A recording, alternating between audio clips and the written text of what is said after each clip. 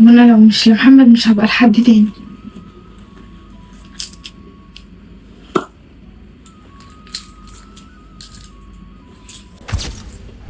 والله كنت وحشني يا محمد وكنت عايزه اشوفك. والله وانت كمان يا بسمله كنت وحشاني، بس انا كنت جاي عشان عايزك في موضوع كده. خير يا محمد، ايه هو الموضوع؟ والله يا بسمله كنت عايز اجي نتقدم. تتكلم جد يا محمد؟ بس ازاي؟ احنا لسه قدامنا سنتين في الكليه. سنتين يا بسمله ما يمنعش ان انا نيجي نتقدم له. بعدين انا خايف على سمعتك وخايف على كلام الناس عليك. انا هنيجي نتقدم لك يا بسمله، مش هينفع نستنى اكتر من كده. خلاص يا محمد اللي تشوفه. انت هتيجي امتى طب عشان اقول لبابا؟ بص يا بسمله، انا يا دوب اروح اظبط حالي كده ونيجي، عشان انت عارفه المسافه، يعني لسه قدامي ساعتين كده قبل ما اروح ولا حاجه. هخلص دنيتي وهاجي على طول. خلاص ماشي، وانا هروح اكلم بابا واعرفه انك جاي. خلاص ماشي يا بسمله، يلا عشان نسمرك في طريق.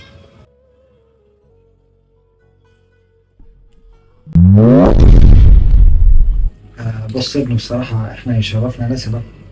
بس بصراحة المكان بعيد جدا، يعني بيني وبينكم تحديد ساعات سفر، ودي صعبة علينا بصراحة. يا عم مش ستة ولا حاجة، لو هم حتة ساعتين يعني، وبعدين حتى لو 6 ساعات يعني فرق المسافات. يا رب يوفقك تاني مرة يا رب.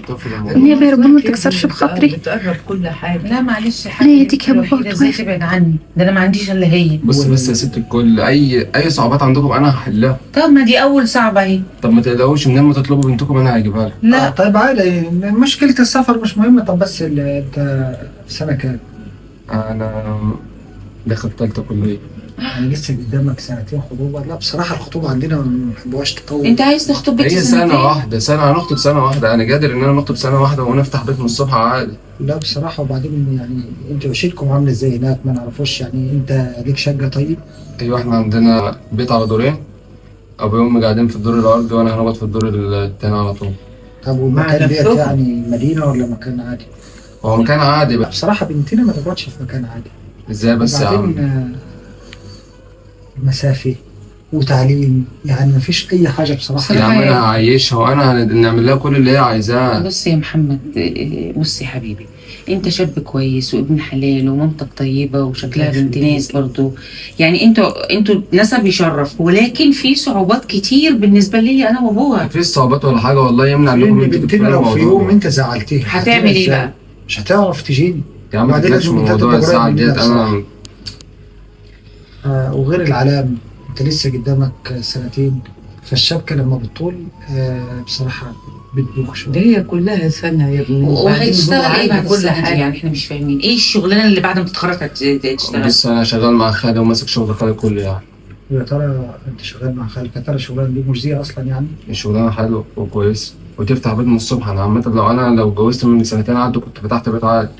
لا بص يا ابني، بصراحة عشان ما نضحكوش عليك، احنا مش مستريحين لجوازرين المسافة بعيدة، وانت لسه في العلام، وبنتنا لسه صغيرة مش بتفكر. يا عم بس اديني فرصه. طيب يعني هما بيدوا في فتره الخطوبه دي فرصه، اديني الفرصه ديت وانا نوضح لك كل حاجه.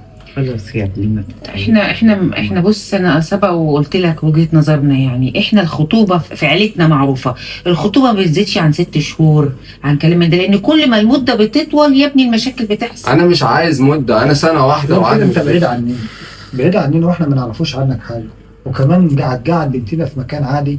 لا طبعا مش هينفع، لا العيشة هتنفع ولا السفر ده يا هينفع. عم انا لو مش شريك ما كنتش هنجيلك تاني مره. شرفتنا يا ابني، طب حاول تدينا فرصه. طيب شرفتنا يا ابني، ما بدناش قدامك الجواب بصراحة. معلش يا حاج، والله معلش، كان على عينينا والله. معلش يا ابني، اتفضل. ان شاء الله ربنا يوعدك بنت الحلال. ليه كده بس يا بابا؟ وانا هعمل ايه دلوقتي؟ لازم اتصرف ولازم احاول. محمد حاول علشاني. ليه يا بابا كده؟ ليه يا ماما؟ محمد بيحبني وانا اضرب مصلحتي كويس. واحنا هو- اقرب مصلحتي. فين اضرب مصلحتي؟ وطي صوتك وانت بتتكلمي معانا، وطي صوتك. يا ماما هو بيحبني وانا بحبه والله، ومحمد هيحافظ عليا. بص يا بنتي، انا اضرب مصلحتي، وبعدين ان المسافه بعيده، ولما تروحي هناك هنطمنوا عليك ازاي؟ مش هنعرفوا في نطمنوا حاجه عليك. اسمها تليفون، وهو مش هيزعلني، هو هيحافظ عليا عشان مين هو قال لك هو مش بيحبني. هيزعلك؟ طب لو في يوم انا زعلك. عارفه، بقول لك ايه، هو انا ادرى منكم كلكم. محمد بيحبني يا جماعه والله، وبيضحي علشاني. انتوا مش مصدقيني ليه؟ طبعا لو بيضحي علشانك يجيب لك سكن هنا، لازم تروحي عنده البلد. ويجيب لي شقه هنا ليه يا ماما وهو شغله هناك؟ يعني هو ما مش هيشتغل، ما هيشتغل ويصرف على البيت وهيجيب لي اكل وشربي. يعني انتي باصه لراحته ومش باصه لالاقي عليك انا وابوكي؟ احنا عندنا كام واحده؟ ده انتي بس الوحيده. هنبقى قاعدين انا وابوكي وانتي ما بيننا وما بينك 6 7 ساعات؟ ما فكرتيش لو امه عملت لك حاجه؟ ما فكرتيش لو حد من اخواتي عملوا لك حاجه؟ ما فكرتيش لو هو عمل لك حاجه هنجيبك ازاي؟ ولا هتبقي لوحدك هناك ولا اهل ولا عزوه؟ بقول لك ايه يا بنتي، احنا اضرب مصلحتك، ابوك وامك اضرب مصلحتك. وبعدين ما فيش حاجه اسمها حب، المهم فلوس، المهم المكان اللي هيعيشك فيه. وبعدين ده لسه بيتعلم وانت لسه بتتعلمي، ايه عرفك عن الحب؟ وطالما انت بقى في دماغك كده كده جواز، يبقى ابن عمتك اولى بيكي. ابن عمتي مين ده؟ لا انا ما بحبوش. ادخلي جوه. يا بابا انا ما بحبش لو ابن عمتي. كترت في الكلام معاش هيبقى فيه كليه كمان. ابن عمتك هو اولى بيكي. يا جماعه بس انتوا كده بتجبروني على حاجه انا مش عايزاها. وابن عمتي مين ده؟ انا ما اعرفوش اصلا. وبعدين ده واحد صايع. صايع مش صايع، احنا اضرب مصلحتك. وبعدين يبقى اتعرفي عليه بعد جواز. ادخلي جوه شوف وراك ايه ماشي. على فكره انا مش هتجوزه عشان انا ما بحبهوش. هتجوزيه غصب عنك. اتفضلي. اقول لك ايه، بنتك دي تلاقيني دماغها، ان لو ما لقيتيش دماغها انا هنعرف الاقي دماغها بالعافيه. طب بس انت شويه. الحمد لله. بس هو الولد كويس بصراحه، هو كويس بس مسافه، بس وبعدين لسه بيتعلم، وبعدين مش عارف هيعيشها ازاي، وبعدين هيقعدها في مكان يعني عادي بسيط. لا يا محمد انت ما اترفضتش والله. بص انا هحاول علشانك زي انت ما حاولت علشاني، وعلشان خاطر انا بحبك. لا انا هقول لابن عمتي وهكلمه واقول له بص انا مش عايزاك يا محمد، والله انا بحبك وانت عارف انا بحبك قد ايه. انا هكلمه خلاص ومفيش اي حاجه وحصل خير. تكلمي مين يا بنت؟ ما بكلمش حد يا بابا. ما بتكلميش حد؟ وريني كده. محمد، مش انا قلت لك ما تكلميش تاني؟ يا بابا بس انت اديله فرصه بس. فرصه؟ ما فيش فرصه. يا التليفون دي لازم يتكسر، وانت معاش تطلع من هنا تاني. وابن عمك هتاخديه غصب عني. لا انا ما بحبش ابن عمتي يا جماعه. انتوا ليه مش هي عايزين اللي تدوا جايه لمحمد بتكلم فرصة؟ محمد. كسرت التليفون بتاع البيت وبتكلمي ليه محمد انت يا زفت؟ عشان انا بحبه ومش عايزه غيره. حبة بورس، انا قلت ما فيش جواز يعني ما فيش جواز، فهمت ولا لا؟ اقعدي هنا. عجلي بنتك يا ست هاني، لو تبيتي على كده حتى الكليه مش هتروحها تاني. وبعدين يا بنتي اللي انت بتعمليه، انت عارفه ابوكي دماغه ناشفه. لازم تطلعي محمد ده من دماغك خلاص. طالما حط في دماغه يجوزك ابن اخته مش هيسكت، وانت عارفه ابوكي دماغه ناشفه. خلاص يا بسمله بالله عليكي يا بنتي بعيدي عن محمد. لا يا ماما مش خلاص. انت عارفه ان انا بحب محمد بقالي 3 سنين، وانت عارفه ان انا بكلمه. انت يمنع محمد كويس ومضحي علشاني كذا مره وانت عارفه ده. انا عارفه كل اللي انت بتقوليه ده، بس ابوكي هنعمل فيه ايه؟ يعني انا غلطانه اني كنت بخليك تكلميه؟ بس هو زميلك في الجامعه، انا اعمل ايه؟ همنعك انك تشوفيه كمان في الجامعه؟ يا بسمله انا باثق فيكي يا بسمله، ما توديش نفسك في داهيه وتودي امك معاكي يا بسمله. ابعدي عنه عشان خاطري. لا يا ماما مش خلاص، وانا هفضل احاول عشان خاطر محمد وعشان خاطر ابقى معاه. وعلى فكره انتوا لو جوزتوني ابن عمتي قبل ما هتجوزوني لابن عمتي انا هعمل حاجه في نفسي. بقول لك ايه، انا تعبت معاكي يا بسمله، اعملي اللي تعمليه، وريني هتعملي ايه. بس هنجوزك ابن عمتك، يعني ابن عمتك انت عارفه دماغ ابوكي، ها؟ وريني هتعملي في نفسك ايه. انا زهقت خلاص منك، انا زهقت. بص يا خال، انا عايش عيشه ما كانش تحلم بيه. المهم يا احمد خلي بالك منها، لان انت عارف ان ما عنديش غيرها، وعايزك تبقى تخلي بالك منها.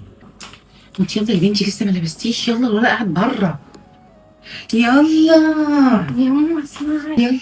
يلا ماما انا مش عايزاك. مفيش حاجه اسمها مش عايزاه، ابوكي هيقوم لك والله العظيم 3 ما هيسيبك. قومي واتقي شر ابوكي. يلا اهو جايين يا حاج. ازيك يا احمد عامل ايه؟ تعالى يا بسمله، الحمد لله. وادي جنبي انت. بص يا ابني، هسيبكم تقعدوا شويه كده انتوا مع بعض عشان تتفاهموا. اللي انت شايفه صح يا خال. كلموا ابن عمتك كويس، دي اخر فرصه ليك، بعد اذنك يا ابني.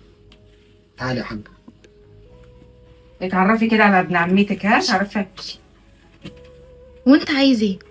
مش انا كلمتك قلت لك ما تجيش؟ بص يا بسمله، من الاخر انا ابن عمتك وانا اولى بيك. يا اخي وانا قلت لك مش عايزاك. هو بالعافيه؟ الحب مش بالعافيه. بالصلاه على النبي كده، بكره تحبيني وبكره نتفاهم. مفيش بكره. وازاي اصلا تبقى راجل كده وعايز تتجوز واحده هي مش بتحبك وبتحب حد تاني؟ حب ايه؟ بكره ده يتنسى مع الايام. لا تصدق ان انت راجل. بقول لك ايه يا احمد، اخر كلام، انا مش عايزاك وانت مش ليا. مش برضاك يا بسمله، وبكره نشوف. خلاص يا بسمله بقى حبيبتي، خلاص اللي انت بتعمليه في نفسك ده، خلاص انت عروسه. المأذون قاعد بره، وابوكي وعمتك واهلنا كلهم بره. هو انا مش قلتلك لو انا ما خدته هعمل حاجه في نفسي؟ نفسك ايه بتاعت ايه؟ ما تودينيش في داهيه بقى. يلا يلا طلعي الطرحه بتاعتك وانا هطلع اشوف الناس جوه. خلاص انت كده جاهزه على الطرحه وناديني عشان اطلعك. انجزي يا بسمله بقى، انجزي. كده مفيش غير حل واحد، وانا لو مش لمحمد مش هبقى لحد تاني.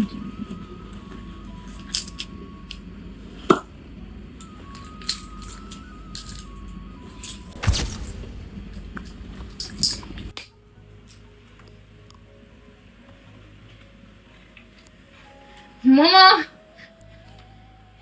يا بابا،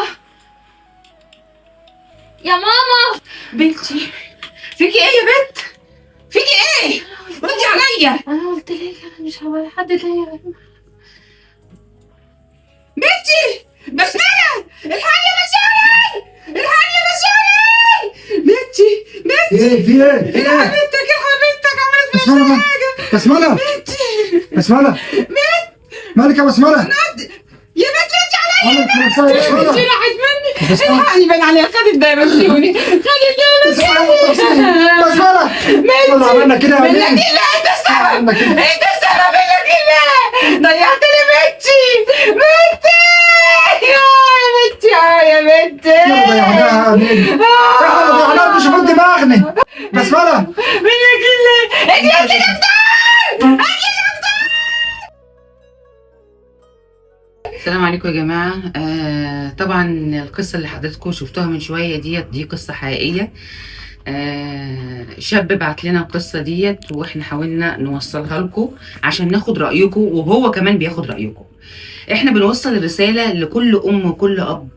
جاي عريس ابن حلال لبنتك، ما تعقدوش المسائل. كفايه الشباب طالع عينها اصلا، وبعدين اللي جاي ده جاي كويس وابن ناس وعنده شغلانه ومتعلم وعنده بيته. ايه المشكله اما تبعد عنك؟ ايه المشكله؟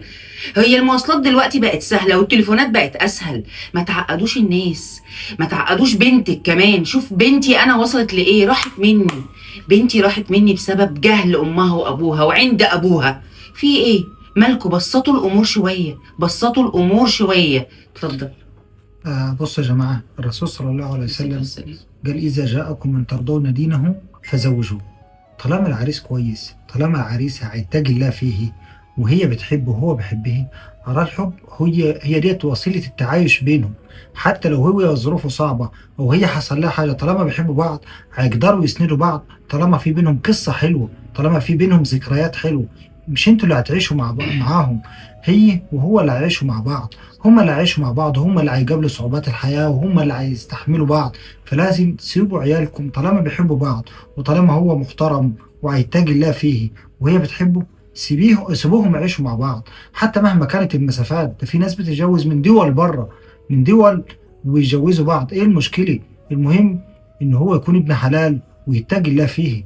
ما تشرطوش انت بعيد، انت قريب، بتشتغل ايه، طب هات لها شقة هنا، طب هات لها هنا. لا، مش دي اللي امرنا بيه الرسول صلى الله عليه وسلم. يا ريت الرساله تكون وصلتكم، ويا ريت الرساله توصل للاب نفسه. يا ريت مفيش تشدد ولا تسرع، ومفيش يعني انك تتشدد على بنتك او تصدمها. مش انت اللي هتعيش، بنتك اللي هتعيش. يا ريت الرساله تكون وصلتكم، واحنا مستنيين رايكم، لان هو هيشوف واهلها هيشوفوا الراي بتاعكم انتوا. انصحوا الاب والام، يمكن الولد شاريها وهي شارياه، فبلاش عقدوا الموضوع. ها، يا ريت الرساله بتاعتنا تكون وصلتكم. ادعمونا باللايك والشير. السلام عليكم.